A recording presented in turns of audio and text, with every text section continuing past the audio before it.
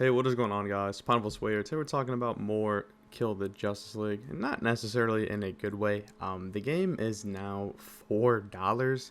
I think it's $4 for the deluxe edition, and then I think $3.49 for the regular edition. WB, in case they didn't think $5 was enough, now the game is for $4. And, we're still going to get that joke at the end of the day that this game's not even worth $4, let alone even $1. But I would have to disagree. I would say I've made a lot of these videos talking about when the game was $5 back in, I can't remember, I want to say February, I think, or maybe March. If you've been wanting to play this game for a while, you really can't go wrong, especially with a $4 price tag. This game has a lot to offer, especially for DC content. Honestly, really, the main fun part about this game was really just putting builds together and using the characters and trying out their traversals. The story, like what I said, it may have already mentioned this, but the story is nothing to write home about. And the DLC content story is pretty weak. It is fun getting to rescue 2 Justice League members, and just to spoil, you unfortunately only get to rescue the Flash and Green Lantern, so that is cool. And then I did like the final Brainiac boss fight, and although we all know that the Justice League was originally supposed to all be there, it's just Flash and Lantern, and they help you defeat the final Brainiac, which to an extent is cool. But other than that, the DLC story really doesn't have much to offer. But that's not what we're talking about today. We're talking about $4 price tag. Honestly, I've been saying that this game needs to be on Game Pass and just PS Plus permanently. Hasn't been on Game Pass yet. I think the Arkham Collection is, and then Gotham Knights is on Game Pass.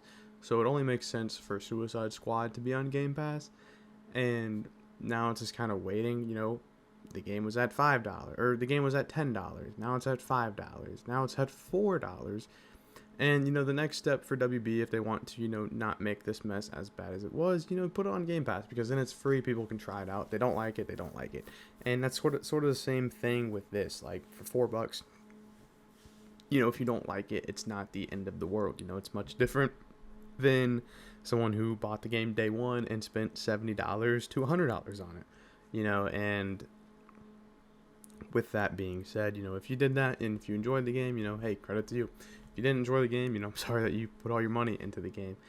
For myself, I was able to get the game for free, but I did spend a lot of money on microtransactions, but I was creating content for the game, so I had a justification. But that's another problem too, is you buy this game for $4.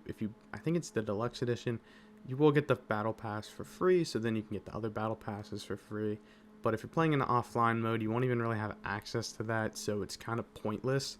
You need to play in the online mode. And then another thing too, I don't think I've made a video about it, but the offline mode of the game is also just pointless as well. But yeah, it's just crazy to think that this game is now $4 when it feels like just yesterday I remember being able to finally pre-order it on the Xbox store. But yeah, the next step for Rocksteady and Kill the Justice League, I would say, is now to just put the game on Game Pass or PS Plus. Just something to make it free, to maybe bring in some more players who, obviously from a sales standpoint, you bring them in, for free, and then your hope is that they buy skins, they spend money on microtransactions, simple stuff like that. Yeah, that's really all I have to say today. I plan on making a video eventually talking about the game's, money, because a lot of people like to claim, that's really not the best way to explain it, but a lot of people like to claim the game lost $200 million, but that is simply not true, believe it or not. And I plan to make a video about it eventually, but I feel like it might just be a little too late to make it, but never say never.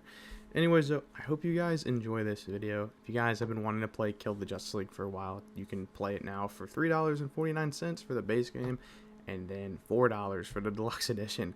So prices may vary, prices may change as I'm making this video. I'm not really sure. When I last checked, it was $3.49 and then $4 for the deluxe edition. You could probably even get it for cheaper on like a third-party website like CD Keys or something like that. But yeah, anyways, this is Pineapple Sway.